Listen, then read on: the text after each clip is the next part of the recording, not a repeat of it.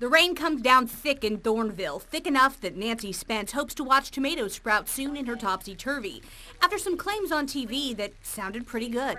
So there's no digging, weeding, or bending over. I'm 70 years old, and I don't feel like getting down on my knees planting and taking care of tomatoes on the ground.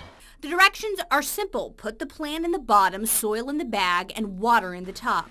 But after a rotten experience last year, Spence put fake flowers in the planters on her front porch.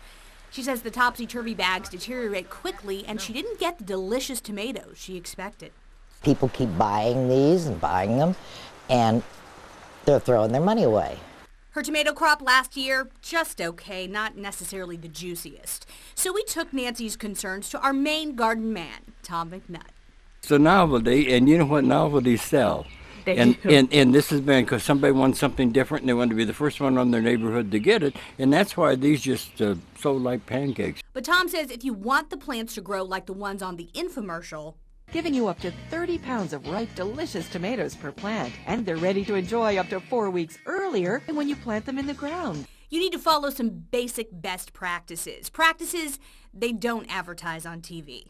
I would put really a light tomato in there. Cherry tomatoes is what we really started with. Then they went with some of the smaller tomatoes rather than large. You put the big boys in there. You put the great big giant tomatoes in there. That's going to add 1.5 pounds to 2 pounds for each tomato. And you need a good size eye bolt and wood beam to hang the planter from. Tom also says it needs at least 6 hours of sun each day with plenty of water. Now, can these things really be ready 4 weeks earlier? That's one of the claims they're making. Well, they plant it earlier. That's one thing they do.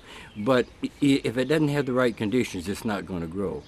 Spence says she may not have followed the directions to a T. She says she didn't have the planter in the right amount of sunlight. But she won't be buying another planter either. It's a great idea, but don't do it.